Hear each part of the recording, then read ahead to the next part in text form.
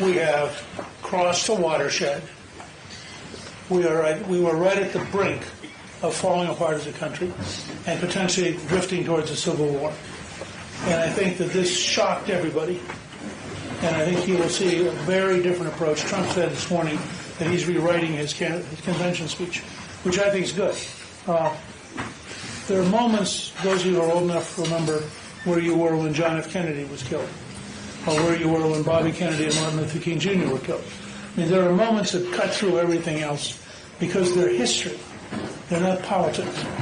And Saturday night was history, not politics. So we have, I think, two obligations.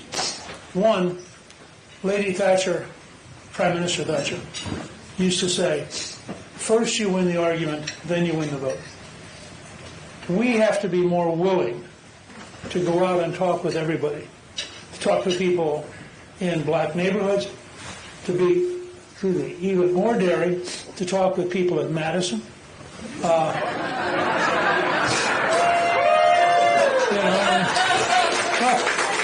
I helped create a Georgia Republican Party when there wasn't one. So I'm very comfortable saying there are missions that look like they're impossible till you do them. And I think we have to carry a message that there are principles and patterns, and Governor Walker knows this very well. There are principles and patterns that work. They create safety, they create prosperity, they ensure freedom, and there are principles and patterns that don't work. I've been telling people the real problem with Biden is not his brain, it's his policies.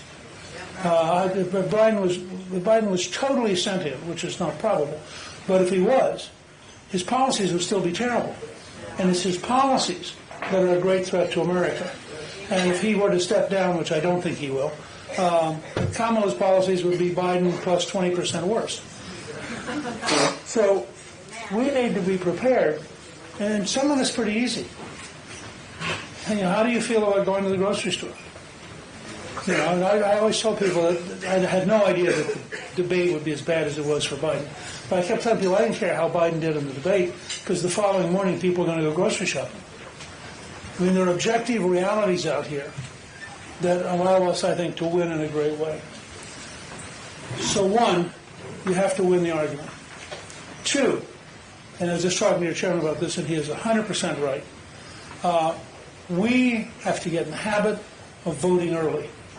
I'm very proud that one of my major achievements this year was getting Hannity to routinely now say that while the election is this date, the first voting is in Pennsylvania in September. Now that was important because Republicans historically have said, well, I'll go vote on election day. Now why does that matter? When you start voting early, you can identify who isn't voting. And you can go and remind them. And then you can remind them again. And then you can remind them a third time. Then you can drop by with your car and pick them up. I mean, this is what the Democrats have done over and over again. And so very early voting really matters. If